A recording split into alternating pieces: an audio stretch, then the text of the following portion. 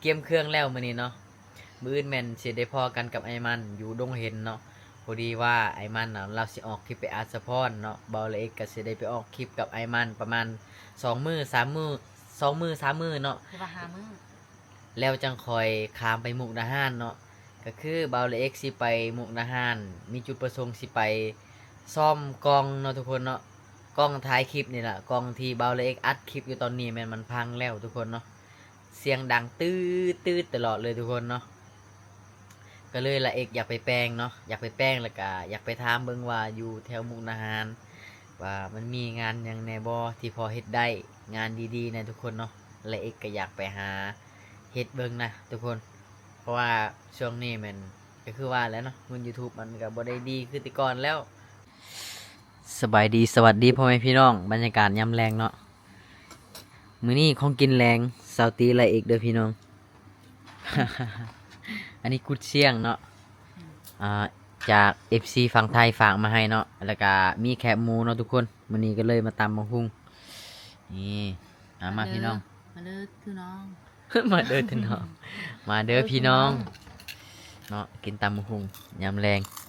เนาะอันนี้คืออาหารแรงซาวตีละเอกเลยเนาะมื้อนี้บ่มีหยังพี่น้องเลยบ่มีของกินเนาะ อาหารแรงอาหารคำอาหารดึกเนาะ แม่นบ่มีแนวกินเนาะโอ้แซ่บบ่เดี๋ยวมาลองกินเบิ่งกับแคบหมูเนาะทุกคนเนาะอันนี้แคบหมูจากฝั่งไทยฝากมาให้อืม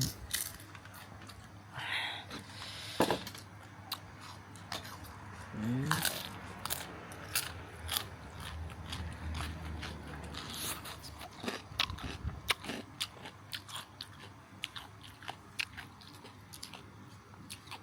ของกินแรงมื้อนี้ง่ายๆเลยทุกคนเนาะบ่มีหยัง กุดเชียงทอดกุดเชียงนุ่ม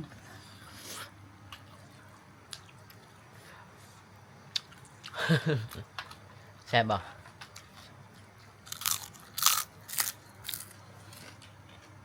รสชาติเลย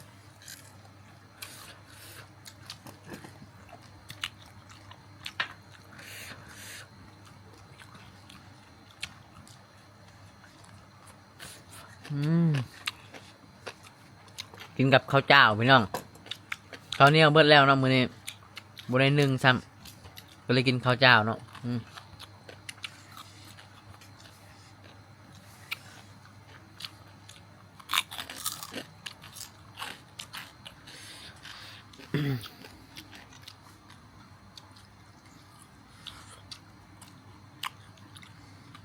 ก็แดกหวานใส่น้ำตาลนะ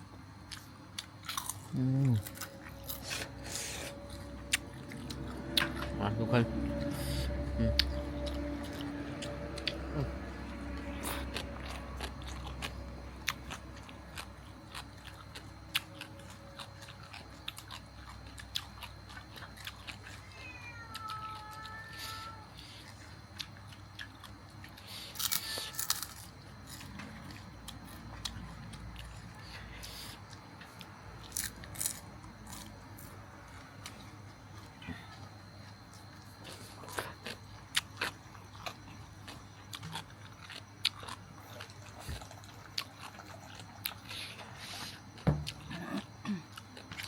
เผ็ดบ่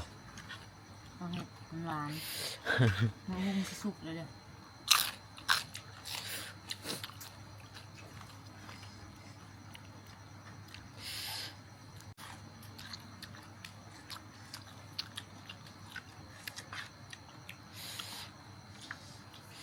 ความสุขของคนเฮาหาอยู่ไสแน่สติ บางคนก็มักนั่นนะ บางคน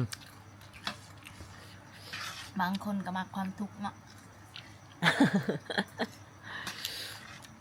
คือสตินี่มักความทุกข์เนาะ แม่นมักแห้ง คือความสุขของสติบ่ แม่น อ๋อ ทุกข์ยากๆนี่อดอยากแห้งมาก แห้งมากบ่ ชิบมือได้กินข้าวแห้งมาก เว้ารวมแล้วเนาะความสุขของคนเฮาก็อยู่ที่จิตใจคนเนาะ ถึงแม้นสิมีเงินหรือบ่มีเงินทุกคนถ้าคิดว่าตัวเองนะพอแล้วมีความสุขแล้วเนาะก็มีความสุขเลยทุกคนเนาะเห็นบางคนบางครอบครัวเนาะบ่าวละเอกได้เห็นเนาะเฮือนของตัวเองนะ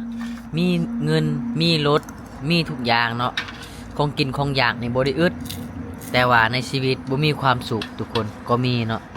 น้ำตาไหลคู่มือก็มีแต่ซาวตีละเอกกะจังซี่แหละทุกคนความสุขมันเป็นยังไงบ่ฮู้เนาะมีหยังก็กินเท่านั้นแหละนี่เนาะมื้อนี้ได้ตำบักหุ่งได้ทอดกุเชียงมื้ออื่นอาจสิจำมักเผ็ดกับเกลือเนาะ ก็มีทุกคนเนาะอันนี้มันก็บ่แน่นอนเนาะชีวิตเฮาเนาะก็คือความสุขของคนเฮาก็สิว่าจังไดเนาะแล้วแต่บุคคลเนาะแล้วแต่จิตใจคนเฮาทุกคนเนาะนี่แหละสำนี้แหละเนาะชีวิตบ่มีหยังพี่น้องเนาะสิแหละพี่น้องเอ้ยชีวิตคนเฮาเนาะความสุขก็อยู่ที่จิตใจคนนั่นแหละเนาะอยู่ไสก็ได้เนาะถ้าเกิดว่ามีความสุขเฮาก็อยู่ได้ทุกคนเนาะถึงแม้นเฮาสิรวยล้นฟ้าแต่เฮาน่ะน้ำตาไหลร้องไห้บ่มีความสุขเนาะกลางคืนนอนบ่หลับอันนี้ก็อีกแบบหนึงเนาะทุกคนเนาะแต่ละเอ็กซาวตีก็ซ้ำนี้แหละเนาะเฮือนซานบ้านซองเนาะทุกคนก็บ่ได้มีหยังหลายของกินของอย่างมื้อนี้ก็ได้ตำบักหุ่งมาพี่น้องแล้วก็ทอดกุเชียงเนาะมื้ออื่นก็พาซาวตีจำแจวเนาะหรือว่าจำเกลือเนาะทุกคนกับข้าวละล่าก็มีเนาะทุกคน บางทีอาจมื้ออื่นบ่าวละเอ็กซาวตีถูกหวยรางวัลที่หนึ่งก็มีเนาะทุกคนอันนี้ก็บ่แน่ใจเนาะชีวิตคนเฮาเนาะแล้วก็มื้ออื่นแม่นบ่าวละเอ็กสิตามหาฝันอยู่ประเทศไทยเนาะมื้ออื่นเช้าเนาะพี่น้องตอนนี้ยังกินข้าวอยู่เนาะกินข้าวแล้วสิเตรียมเครื่องเนาะมื้ออื่นเช้าสิเดินทางไปประเทศไทยเนาะสิไปตามหาความฝันอยู่ทั้งพุ่นแหละบัดนี้ อย่าเว้าหลายนะเว้ามุกดาหารก็แล้วเนาะ เนาะทุกคนเนาะเดี๋ยวสิไปซอกหางานเบิ่งก่อนถ้ามีงานใดดีๆก็สิไปเฮ็ดงานอยู่พุ่นเลยทุกคนเนาะมาวันนี้มากินตำบักหุ่งก่อนเนาะสวัสดีเนาะตำบักหุ่งก่อนแซ่บๆมาเด้อภูมิใจบ่ที่ตัวเองเกิดมาจน ภูมิใจคักเนาะ ภูมิใจคักเนาะ อืม เกิดมาสัตว์เดียวเนาะแถมรวยอีก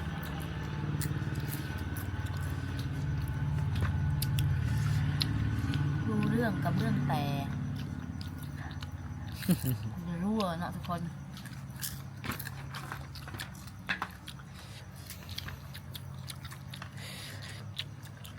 นั่นแหละเนาะเจ้าปฏิเสธเท่าแกจีนมื้อนั้นเนาะเลือกลาเอกกะจังซี่ละ ผู้ใดที่ว่าจ้างซาวตีนะ300,000นะมันมาเนาะ มันมาคนนั้นปุ๊บแล้วจังเนาะ ครบแล้ว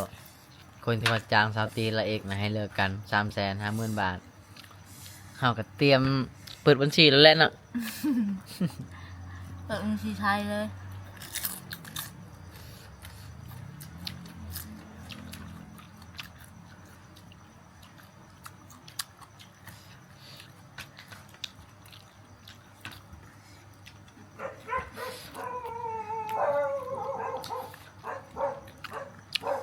เท่าแก่เนาะหัวหน้าใหญ่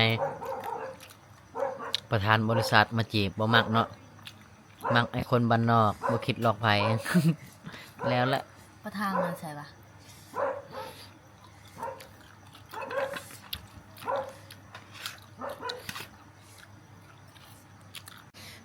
ทุกคนตอนนี้แม่นกินข้าวแล้วเนาะสาวตีก็สิได้จัดเครื่องให้ลาเอกเนาะทุกคน อันนี้แม่นเตรียมเครื่องไว้เนาะ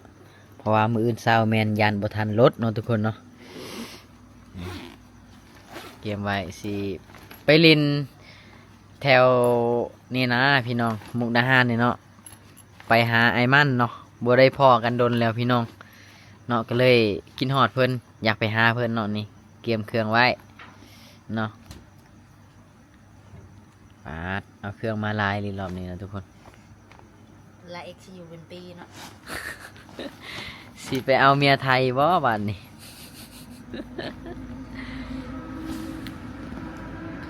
ทุกคนเนาะลายเอ็กสิไปลายมือเด้อไปรอบนี้เนาะนี่เอาเครื่องมาลายอยู่ไปอาบน้ำเลย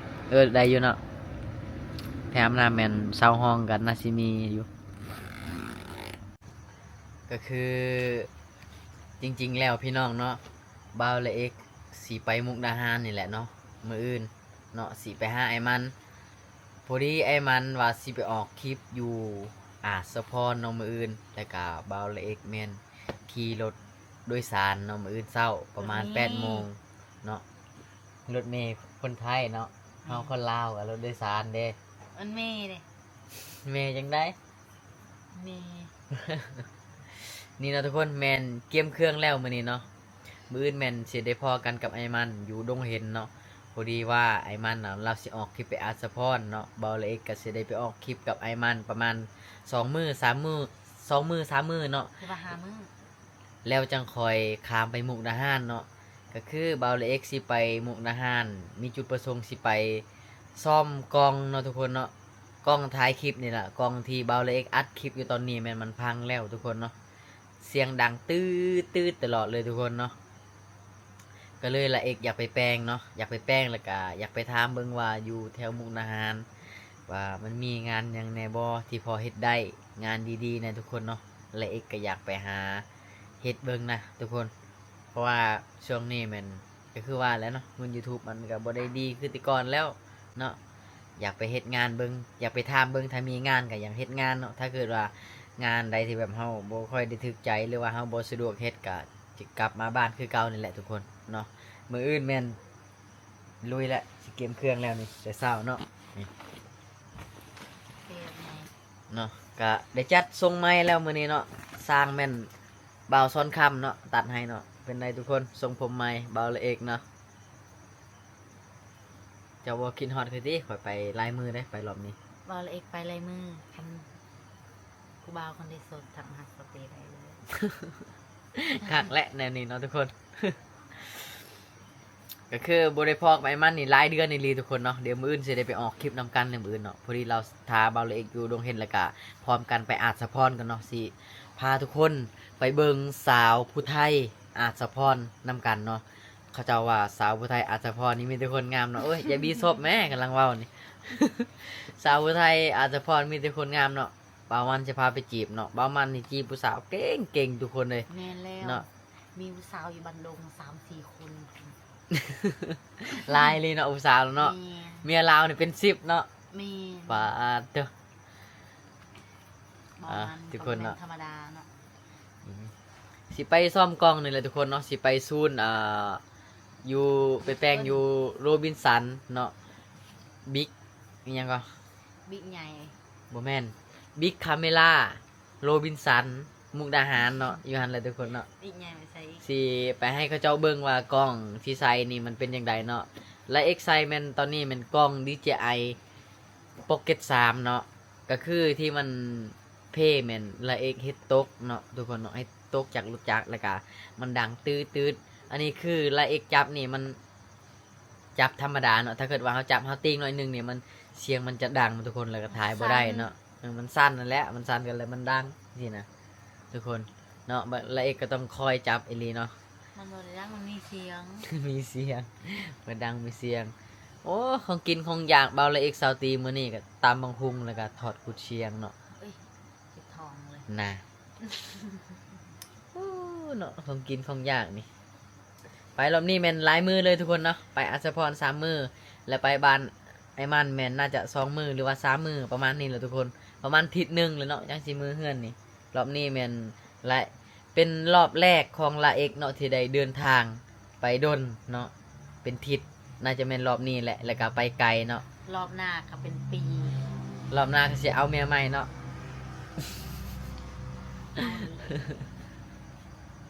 เขาไปตามหาความฝันก่อนเนาะบางทีมีงานดีๆถ้ามีงานดีๆเบาละเอกซาตีกี่ซาตีก็สิไปเฮ็ดฟังพุ่นเนาะ สิบเนี่ย ไปบ่ ไปแล้วแหละ ไปเนาะซาตีก็อยากไปอยู่ทุกคน เดือนแสนบาท เนาะ เอาโอเคทุกคนคลิปนี้ก็บ่มีหยังหลายเนาะเท่านี้ก่อนเนาะคลิปสั้นๆเนาะ มาแจ้งบอกทุกคนเนาะสิได้เดินทางไปฟังไทยเนาะมื้ออื่น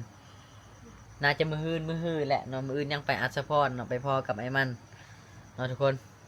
เอาขอบใจหลายๆทุกคนเดี๋ยวเจอกันเด้อฝั่งไทย บ๊ายบาย